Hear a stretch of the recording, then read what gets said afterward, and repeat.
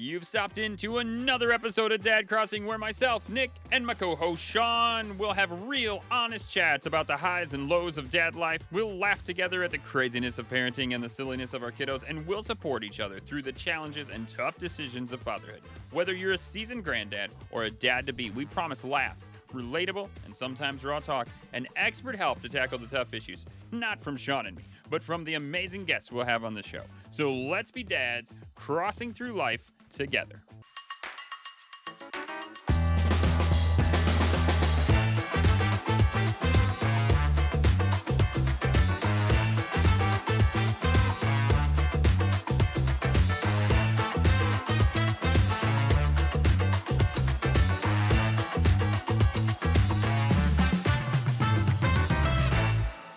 Welcome to Dad Crossing's Dad Life episode. We're going to be talking about paternity leave. Sean, That's correct. That isn't the right word. Yeah, I was like, I wanted to make sure I said it because I was calling it paternal leave, which I don't know what, that's nothing, actually, is what that is.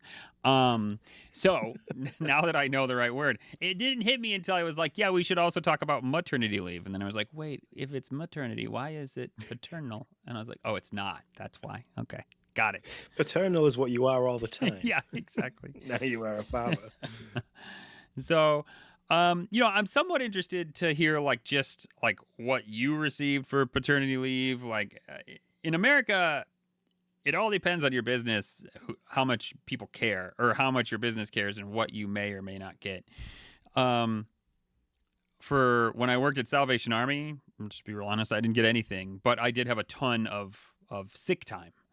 So I was able to, you can take time under the Family Medical Leave Act. I think you can take up to 12 weeks if that's what you so choose, but that doesn't mean you get paid for it. It just means that your job will be there when you return.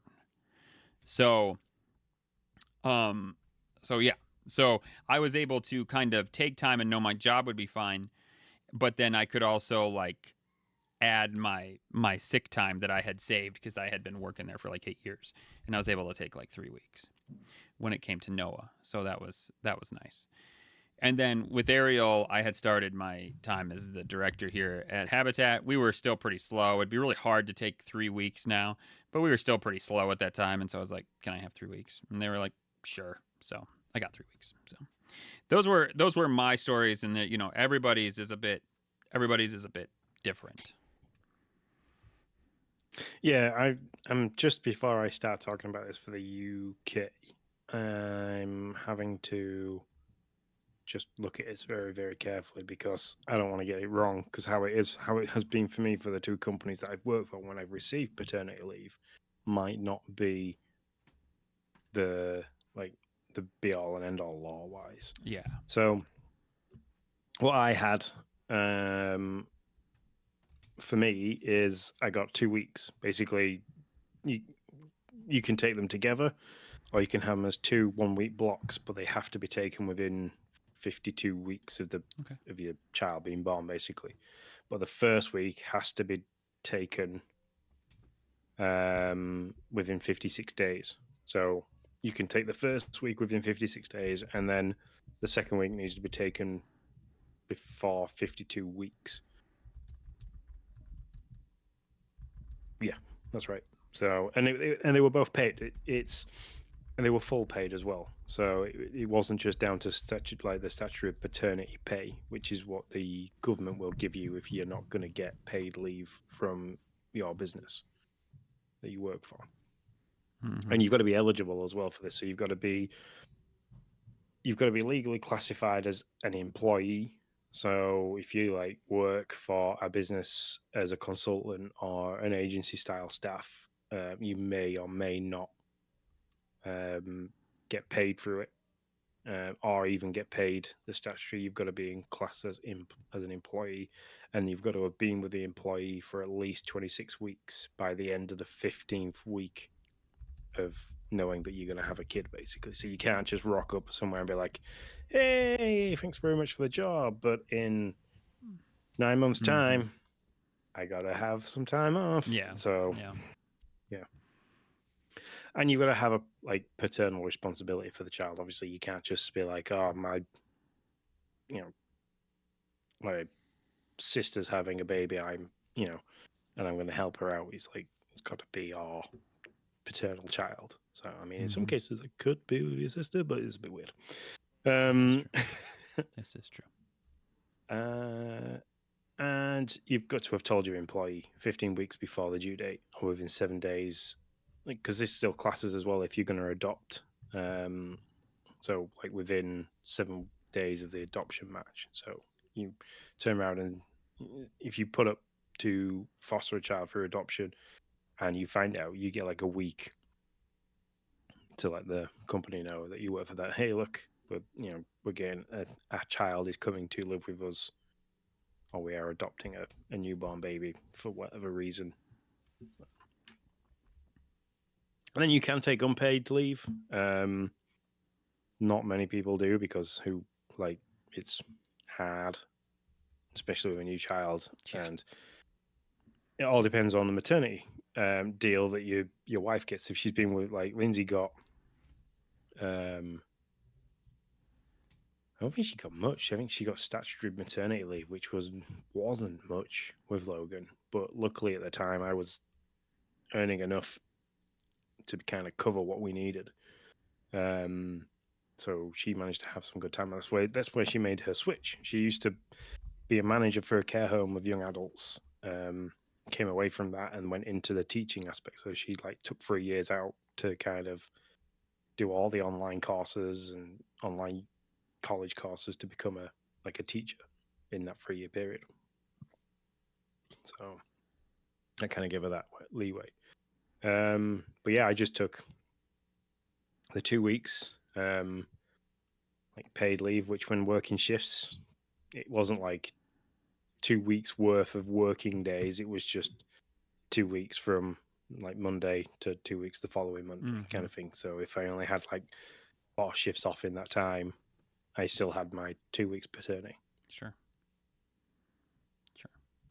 Yeah. Which was nice. It was nice to Yeah. be at home, but I after the 2 weeks and you get a baby home from hospital and you have all the people coming to visit you. So like grandmas come, aunts and uncles and stuff like that, and friends come, and you don't really get settled into a proper routine for like the first week. Oh yeah. No. And then once you settled into the routine of things, it's like you want to try and be as helpful as possible for your partner. And then a week later, you're going back to work, and it's like, well, good luck. Yeah. Like, and especially if they've had, people have had to have their babies brought in by cesarean.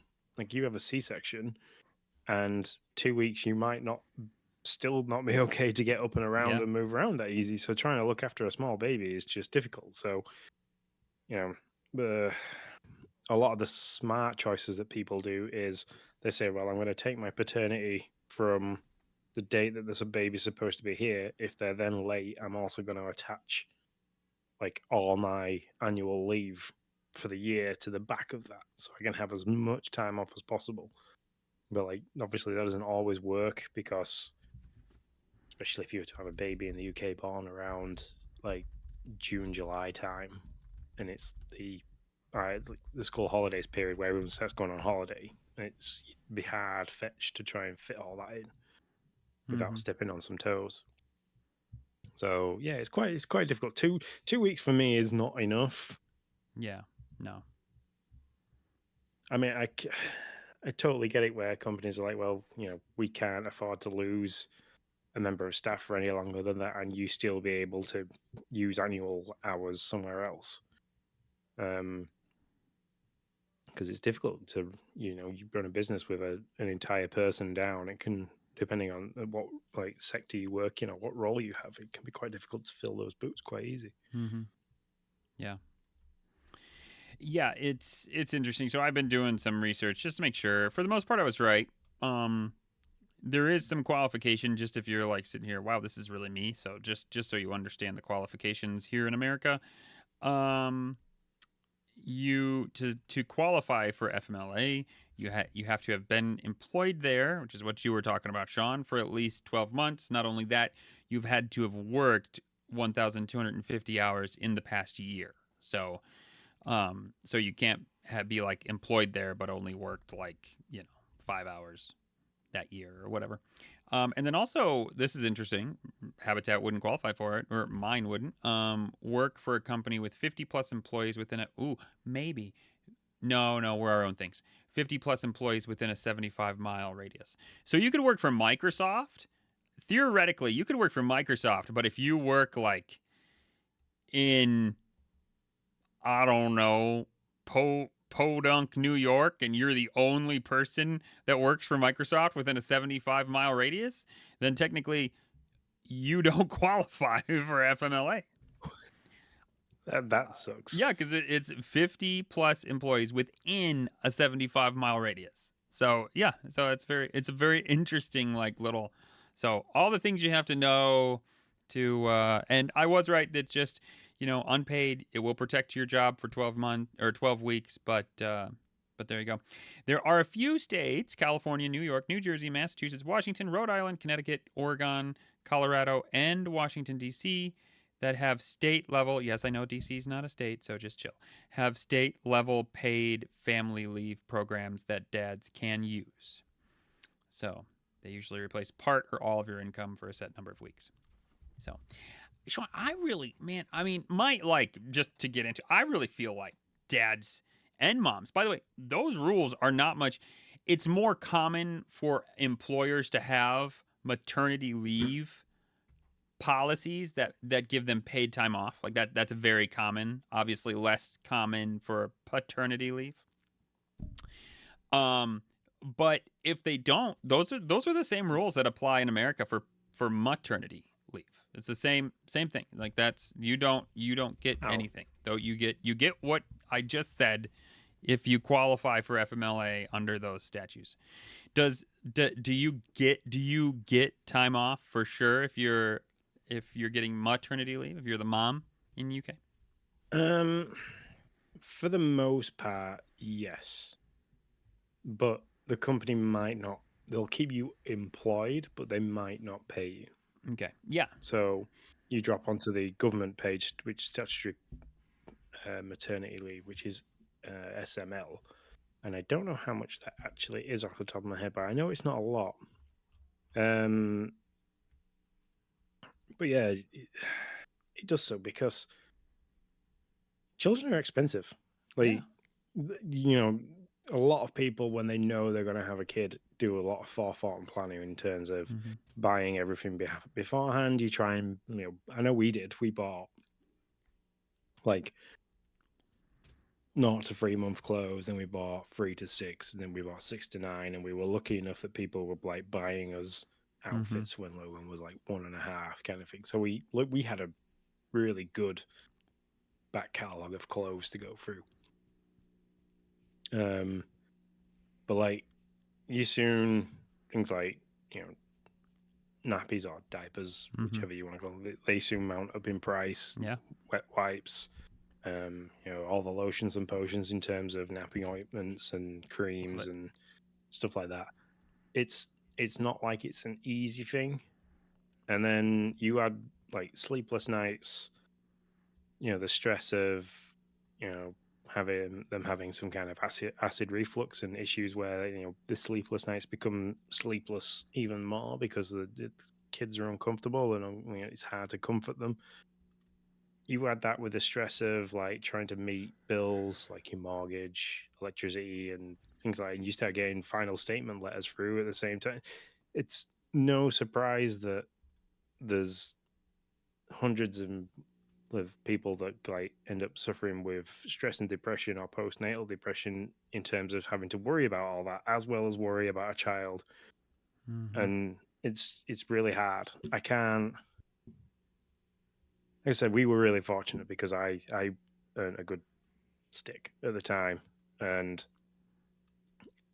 yeah, we were really fortunate. I mean, it still put us into some. I had to like um you know things like white goods failed and stuff like that, and it was like I've got enough to pay for all the bills and food and keep us warm and everything, but the white goods are gonna have to go on like credit, and then I have to pay that off later and stuff like Mm-hmm. that. So it did put us into some stand like that, but not as bad as it could have been. Sure. But yeah, um, I'm just asking now how much On the statutory. on the maternity side, we got really lucky with Ariel because Becca is a school counselor, and Ariel's birthday is June 8th.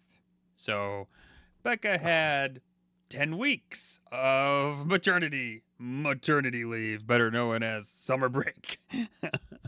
And so it was really, we got really lucky. But we got really unlucky with Noah. It was her being a Valentine's baby, and there were some things where she didn't qualify for all we thought she would, and so yeah, it was kind of like karma, because Noah's, we ended up eating days on, because of some things. So she was taking days off that we weren't even getting paid for. So Yeah. So the maternity leave in the UK, you only get that for 39 weeks. So if you don't, unpaid, right? if you don't go back, yeah, well, no, you get that pay. This is from the government, so that you get 39 weeks of statutory maternity pay, which is SMP, but only for 39 weeks. After that is nothing. It's like squelch.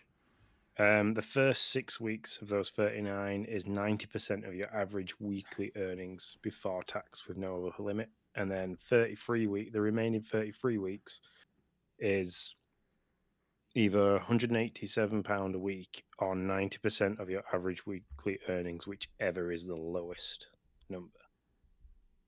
Okay. All right. Whichever So, is the lowest number.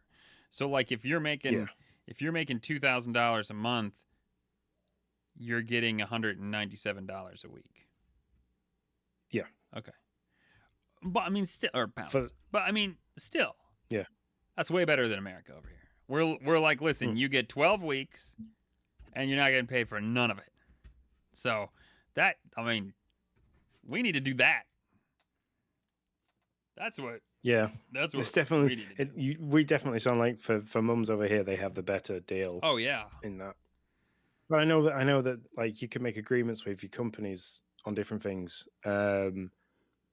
I don't know the full ins and outs of how it works with Drax, but I know that combining her maternity leave pay and her holiday, someone at work who's just had a kid is going to be off for 12 months and be like comfortably off for 12 months. Have to come in and do keeping in touch days, which is quite funny when she thinks she's done one, and she came in and was basically told, sit in the control room, drink tea, don't touch anything. Because you're on a keeping in touch day, so you're not liable for anything. So just drink tea, hang out. Rough. Which was really nice. It was nice to hear stuff, and Yeah. I think it's a good way to, especially if they're in the mindset to be happy and stuff, to leave the young one at home with partner or family and stuff like that, to come in and kind of have that social interaction. But yeah, so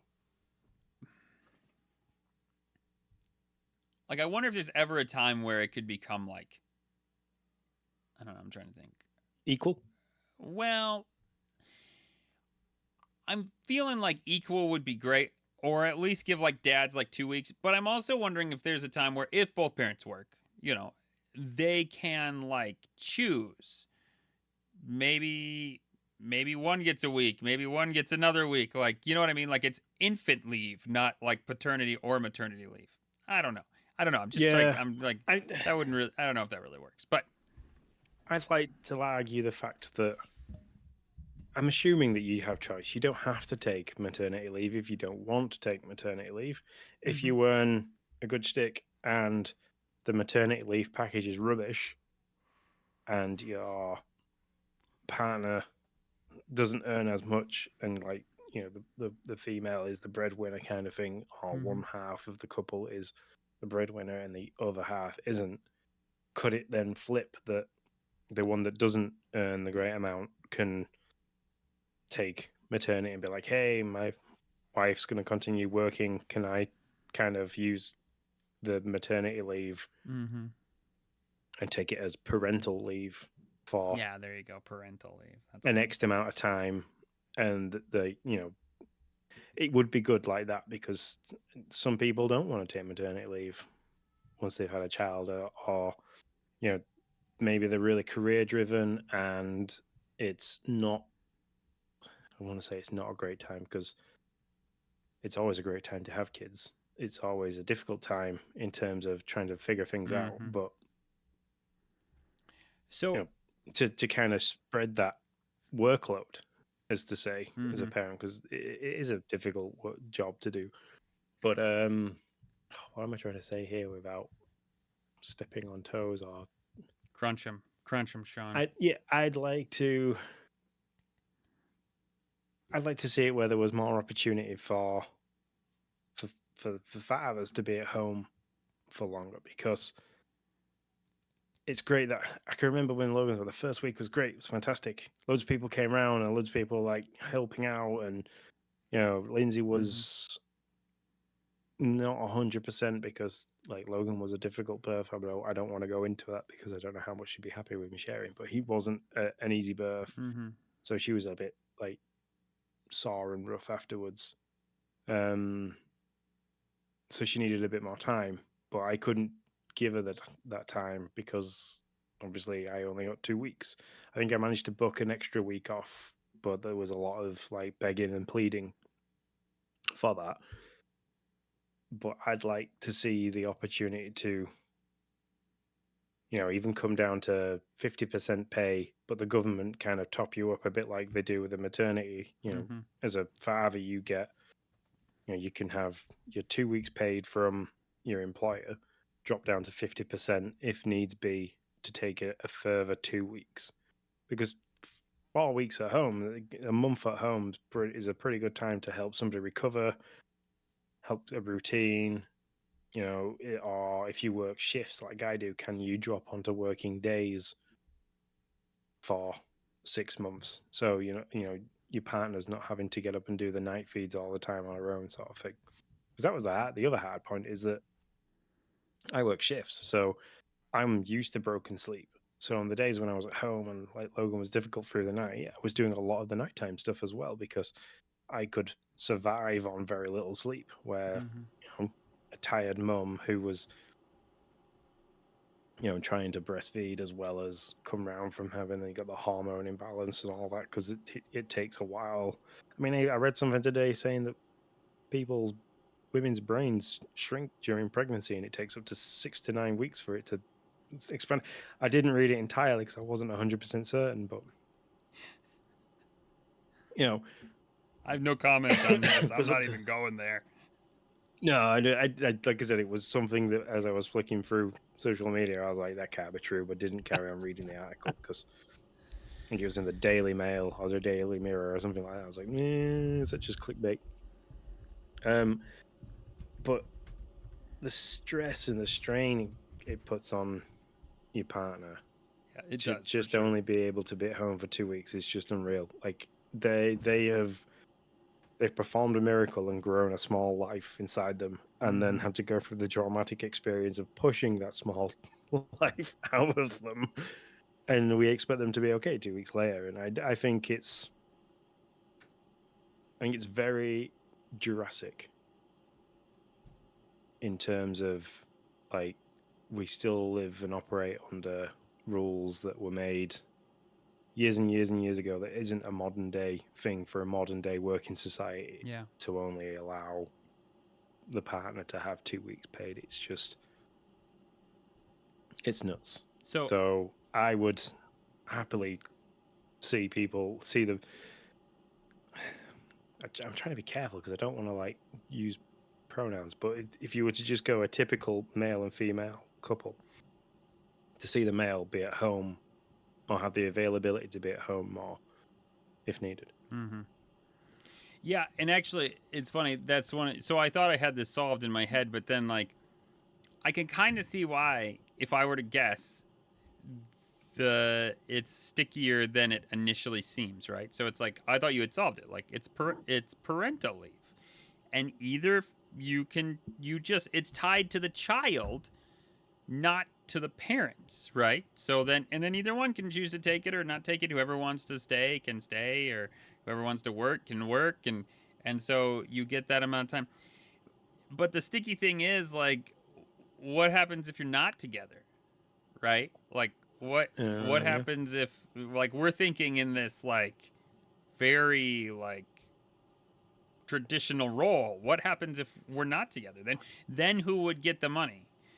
And what happens if we're not together? How do we verify that dad is in the picture so that he can get his 2 weeks and there's actually something happening and he's just not sitting over there doing whatever at his own house, not part. You know what I mean? There's like, it immediately hit me that Yeah. I was like, well, this is easy. Why has nobody ever thought of this? But then all of a sudden, like, all these little road bumps and hurdles, which could probably be solved, but not without a lot of extra verification and effort. Um, Came up I mean, like that. it, for the classification of being a parent to a child, Mm-hmm. you'd need to have your name on either the adoption certificate, if they've gone that route, or the birth certificate. Mm-hmm. Because I know it's an option in the UK that when a child is born to a mother, that when they come around and say, "Oh, whose names are on the birth certificate?" it's the mother's name's going to be on there, but it's Mm-hmm. optional if they want the father. And if the father's not in the picture and it's not good terms, there's every right for the woman to turn around and say, "Unnamed. There's no name for the father." Yeah. Which kind of stops the legal right from the father's side. It's a really crappy thing to do, but it can happen and does happen. Mm-hmm. So that's number one for me, is like provide a birth certificate with your name on the child's certificate to prove that you are a That's parent. true. And then it then comes down to and I don't know how it works over there, but you have health visitors come and visit us regular in the UK. Once you've had a baby, a health visitor will come and do checks. You guys have so much more stuff than we do. It's amazing. Yeah. So they'll come and they'll do assessments on the baby's weight, the baby's health, the mother's health and well-being as well. It's not always, I'm painting this like it's a fantastic picture, but put your rose tinted glasses on. It doesn't always work. They don't Mm-hmm. always turn up. They'll say they turn up and don't. So 9 times out of 10 end up having to go into the doctor's surgery to do that. Yeah, that's what we have to do. We gotta take our. I mean, we do all those things, but ain't nobody coming to our house. Like we're. They're like, all right, well, have Yeah. fun with your kid. We'll see you in 4 days because I'm sure you'll be in great shape to come on out here, so we can start the whole process. So it's like, yeah, it's Yeah. a total different. So, scenario. but if the health visit is coming out and you've already got a co-parenting kind of schedule worked up, if the health visitor comes out to the father's place and the father's just sat around in his boxer shorts playing PlayStation or something daft like that, Not and Xbox. there's no child inside, Xbox players would never do that. I'm just kidding. all right, playing video games. Sorry, I'm just kidding. just not the child is not present there Mm-hmm. when the child should be present there. Then they can kind of flag and say, "Hey, what's going on here? You've filed for paternity leave, and you aren't actually doing anything paternal." So that could become a fraudulent clip, stuff like that. Yeah. But It's possible. I yes, just I could agree. see It's it a could get nightmare. sticky. It could get real sticky. The Yeah. first thing that came to my mind, as a sarcastic dad, you're like, yeah, I filed for paternity leave, and I'm a father, and I done left. Yeah, I went to get milk, That's right. Yeah. but yeah. All right. I feel this it's a needs to bad be joke. answered before this segment ever ends. Not that we're ending at the moment, but I just don't want it to end without answering. So I asked ChatGPT about brain shrinkage and pregnancy. Okay. And there's a lot there, but the takeaway section, that's literally what it's called. I didn't make that up. The takeaway section is brains don't shrink in a damaging way. They reorganize to help moms be more attuned to their child. Most of these changes are temporary, but some may even improve emotional intelligence and multitasking and stay long term. So women can Oh, multitask, look at that. and pregnancy might be part of the reason why it happens. Look at that. Yeah, they definitely can. Mm-hmm. We as males do suffer sometimes. Mm-hmm. Yeah, there it is.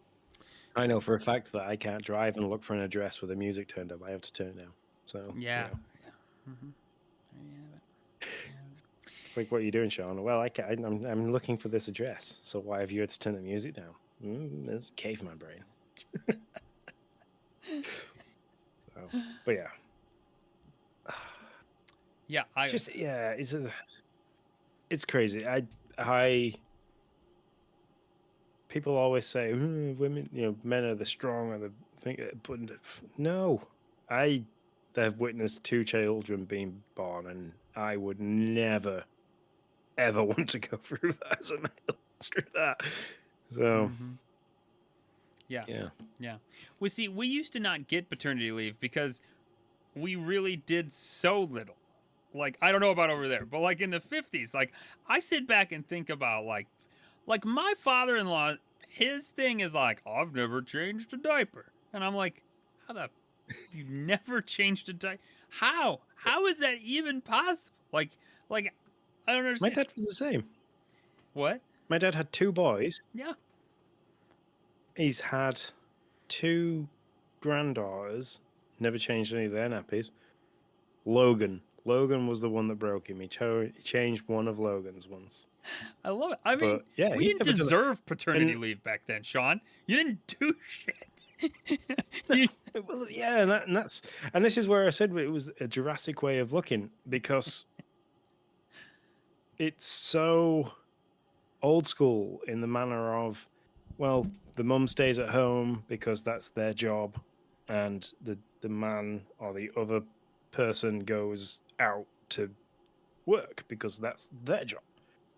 And it can't be like that. Number one, the economy doesn't support that at all, Mm-hmm. because the price of everything goes up so much. The the money given to the mother to stop at home doesn't rise as much as that, so it becomes there's an imbalance. So the economy doesn't support it, and just modern day parenting doesn't support it at all, because I love doing my share, and like I grew up, and this I'm not going to knock my dad for like not doing as much as I did, because he probably did quite a bit, but he worked shifts down. He Mm-hmm. worked in the pits, so he did nights. He was away a lot with work and stuff like that. He was doing 12-hour shifts. He probably worked a lot because he was supporting my mum being at home. But that's just the way it was then. Like now, like I was working shifts, and when I was working day shifts, I'd still get up in the night and help the feeds, as much as it was like I was a zombie when I was doing it. I could, like, Logan would stir, I'd go downstairs, I'd prep the milk, bring it up while Lindsay changed his nappy, and then like Lindsay'd go back to sleep, I'd feed him, and then like I would, like, wind him and put him back to sleep, and then I'd go back to sleep. And that's just how Mm-hmm. we operated. But yeah, we definitely do a lot more than I remember Did you have the my father era where doing. the guys just like hung out in the lobby and like celebrated when they got the news that the kid was born? Like, was that an era you had? No, Oh, really? Yeah, that was no. definitely well, from what I hear, I was not around. That was the 50s era, apparently. Guys were never in Oh, the delivery room. They were outside the delivery. delivery room, and like the nurse would come out and be like, "It's a boy. It's delivered. We'll have it prepped in a little bit." And they'd be like, "Oh," and then they'd celebrate and they'd do their thing with their bros. And then when the baby, like when all the stuff was cleaned up and the baby was nicely wrapped and everything all was done, then they would be invited in. It was just crazy. Like I can't imagine that. Like No, I don't I even can understand. for both of my children, I can remember both, because obviously Emily's mum isn't Lindsay, um, but I can remember them both having to go wheeled off for something afterwards, and I'm left there with this infant wrapped in towels in a fishbowl, one of them Yeah, plastic like yeah, yeah. side things for Uh, kids, for infants, and it looked like a scene from The Walking Dead. And I was just like looking around and thinking, oh my god, the first time it was just horrifically daunting. I didn't even know, like, I didn't know how to change a nappy. I didn't know how to dress a baby. I had never done it. And I can remember the midwife having to come in and she was like showing me and stuff. And then so I like with Emily, I got Emily dressed and sorted with the help from this midwife. And then kind of turned around and looked at this room with there was just stuff everywhere, like all the fluids you could imagine. And I just like I went into autopilot. So like Emily was fine in this little like plastic bowl thing, so I started cleaning. And then when Logan was born, it was exactly the same. Like I knew at least how to dress him Mm-hmm. and like you know put him in back in, and he was settled and he was happy. And turned around and I was like, well, I best carry on cleaning. Yeah. Yeah. But It's crazy. for both of them, I was awake for over 35 hours for both of them because they both came while I was working nights, Mm-hmm. which was great. That's So crazy. We were awake for a long time with Noah. Noah was by far the freakiest thing. Both were C-sections. So it's really crazy to see like the doctors that are when Noah was born, my first. I wondered like I really thought these guys were just. I mean, I knew the one was the pediatrician, but I was very confused. They were all just kind of like standing up against the wall, and I was like, what are they doing? And then like the moment the baby comes out, they like. And they're like and they're just like boom, and I'm like they are only here for the kid, like so then like the umbilical cord gets cut and they're all kid, and then the others are all Becca, right? And so then and Noah was born like 6 weeks early. So like I'm walking over and they lay Noah, and this dude is teeny. You could hold Noah in I could hold him in the palm of my hands and like his feet would come over. And that was it. Like he was a small dude, okay? And like they put him down, and Sean, I swear, it seemed like he did not breathe for like a year. I felt like I held my breath the entire time because they were very much like, well, I think he's gonna be okay, but I mean, you never know what happens at because he had just made preemie, so not like super preemie, but he was preemie, and so the doctor was like pushing on his chest with his like one little finger, and I was like nothing was happening, and then all of a sudden like and like I was like I felt like I breathed for the first time in my entire life. Like I just remember I was like, oh my god, thank you. So yeah, I can't imagine yeah, not they being in there for that. So no, they had to do the aspirated and resused Emily, but that was mainly because she was her mum's waters never broke, hmm. so Emily came out in the like the sack Oh, okay. basically Oh wow. with all the waters. Huh. So she came out, and then the nurse had to burst the sack to then get Emily out, but because of that, she'd swallowed quite a lot of the Mm, waters and stuff like that, so she had to be aspirated and resused that way. But yeah, hmm.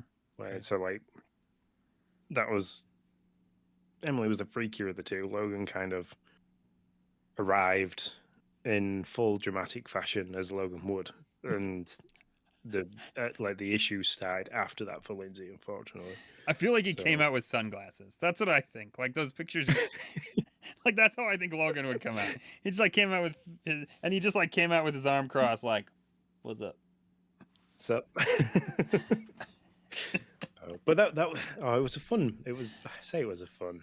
It was interesting morning because we were opted for a home birth with Logan. Okay. So we had this I had this poll. Well, we had a whole plan. We'd been to like meditation classes for home birthing classes where they taught you how to meditate rather than using any form of pain relief. Um, we had two midwives that would come to the house as soon as we rang to say we needed them. They turned up absolutely fine. And so like Lindsay rang me and I was at work, and this was like 1 in the morning. She's like, "You need to come home. He's coming. He's home now." So like we had this plan in the kitchen where I would move the table to the other end of the kitchen so like Lindsay could um, have the birthing pool next to the radiator, so I could put the heating on, and that would help with the keeping the regulating the temperature of the water, as well as like applying hot water from the tap on the regular when I needed to.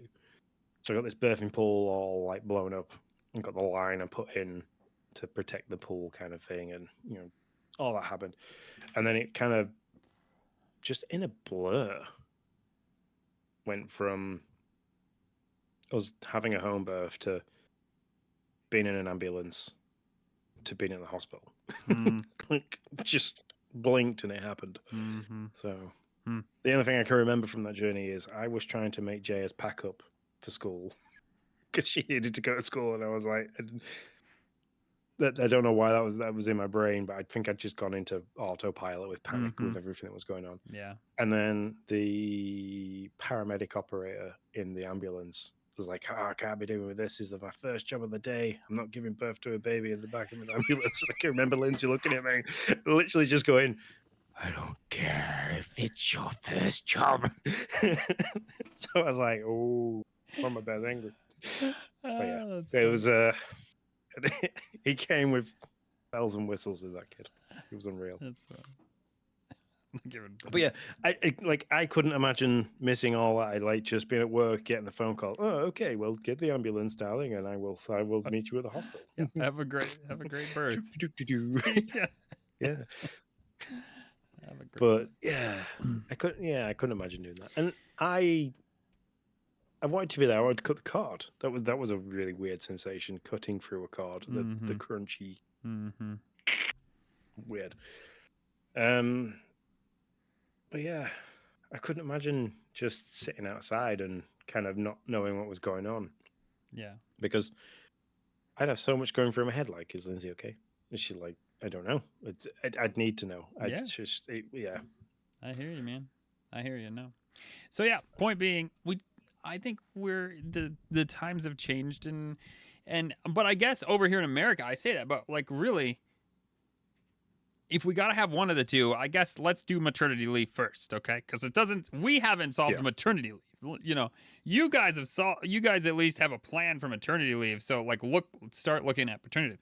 When I look at our deal, now that I look at it more closely, it's like we don't really have a great solution. It's kind of up to the business. They can choose to say, forget you.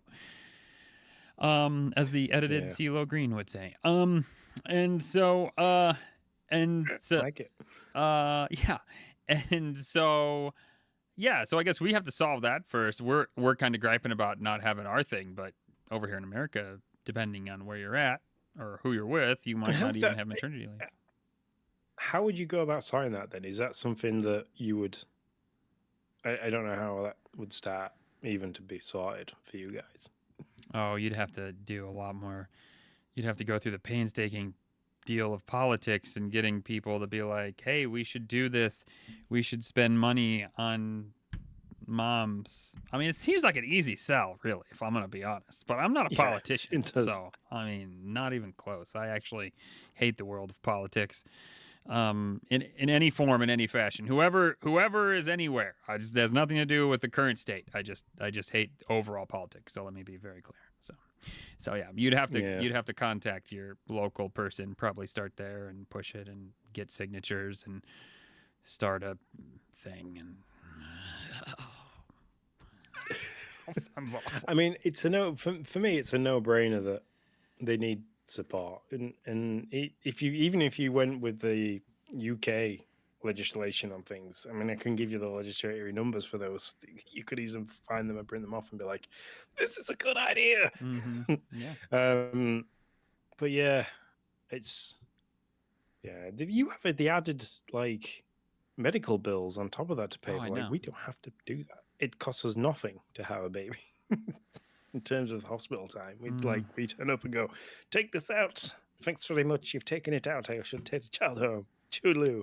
You might get a tin of biscuits. But that's pretty much it. I mean, usually after you get done with, depending on what your health insurance is, it's free if you have really good health insurance. We had I think I've seen a bill for him. Yeah. One before. Yeah, we had good health insurance and we paid like $2,000. And that's pretty good health insurance. But if you don't have good health insurance, then you might be paying $5,000, $6,000, $7,000 easy. So when Noah was born, because he was preemie, I think I may have told this story on this podcast before. He had been there for like 2 weeks. He was finally ready to go home. His weight kept shifting back and forth. They needed him to be like at least 5 pounds. No, no, I can't remember what it was. He was about to be ready to go home, but he slipped under, and the doctor's like, fine, he can go home. Well, they come out to your car and they check, and she was like, and this was like midday, and she came out to the car and she's like, your seat is for 5 pounds and up. She was like, it's not a preemie seat. And I was like, so I can't take my child home in this after 2 weeks? And she's like, no. She's like, I was like, I will go buy a new seat. And she was like, honey, I'm just going to tell you, you have maxed out your health insurance at this point. So you're really not paying everything you can pay. You've already going to pay. She was like, so you might as well just wait a day. It's not going to be your bill that it goes on. And I was like, okay, I guess that's true. So we ended up not waiting another day. They weighed him again at like 9 at night, and he miraculously was 5 pounds. So I was like, get him in the car before he loses half an ounce or something. Yeah. No, now is not the time to crap. That's right. Yeah. Wait till you get home. That's right. Yeah. That's funny. That's crazy, man. I mean, I can remember when Emily was first born. I think I got almost rugby tackled by 2 nurses on the ward because they have they put a tag. They tag the baby, so you can't take them off the ward without an alarm going off. Okay. Just in case you wanted to do some baby snatching. Which I shouldn't say in a jokey way because that does happen. It does happen, yeah. And I can remember walking down the hallway and 2 nurses literally came running. Whoa, stop! And I'm like, this is my child. And she's like, yeah, but you're gonna set all the alarms off, and you do not want to set all the alarms off. And I was like, oh, okay. She's like, yeah, and they're also on the windows just in case you need to know that. And I was like, what are you suggesting? I was going to chuck my child out a window, or what do you think I was going to do? No, for people passing the child out the window to then be... It was just, very bizarre. I appreciate the security. I really do. I'll give him that much. So. Yeah, me too. I was like, this is ace. But at the same time, it's scary that you've had to do this. Yeah, seriously. All right, we're at 46 minutes, so we probably need to wrap this up. Yeah. Okay. I mean, we could swap child... That's true. Stories. It's good from a dad's point of view to say that. But yeah, no, I fully agree. It's about time things would, especially for you guys, that things were done differently around maternity as well as paternity. But I think globally, it needs to be brought into a modern age with modern age parenting. So, if you have any thoughts or feelings about this, please feel free to share it. This topic was kind of just pulled out of the air before we started, so if it sounds like we haven't been fully equipped, we do apologize. And as always, you do have to bear with us when we start researching stuff on the fly with ChatGPT, which is a fantastic tool. But yeah, it definitely needs pulling into a modern age to meet with modern parenting. And it's been cool to listen to your fathering stories again. I really enjoy those. So. Right back at you. So yeah, that's it. We've 46 minutes. We're getting into the realms of podcasts that are too long for people while driving. But thanks very much for listening, and we hope you have a good weekend. And we'll see you next Monday. See you. Well, you won't see me because I'll be on holiday. True. You'll see Nick and Noah. Mm-hmm. I'll hear Nick and Noah. Yeah, you'll hear Nick and Noah, and you might have another guest. We might have the Duke on for a Wednesday show. I'm not 100% though. Maybe we'll wait and see. So there you go. If you can get him to talk about fostering, that's going to be awesome to listen to because that guy's a pro. Yeah, we'll see. So anyway, see you later, guys. Thanks for tuning in to Dad Crossing. We're here to remind you that this podcast is made by dads for dads. It's a place where all of us can come together, share a laugh, and tackle the wild ride that is fatherhood. If you want to keep the conversation going or just need a safe space to chat or ask for help, you are always welcome to reach out. You can find me, Sean, at Sean_Abbott, and you can find my good friend Nick at Nick10Do. And of course, give our social media platforms a good look over because that is where we share all the updates, all the laughs, and all the things dad life. Everything is at Dad Crossing. For anything more, feel free to drop us a message at team@dadcrossing.com. And until next time, stay strong, stay connected, and remember, you're never alone on this journey. We'll see you in the next episode of Dad Crossing.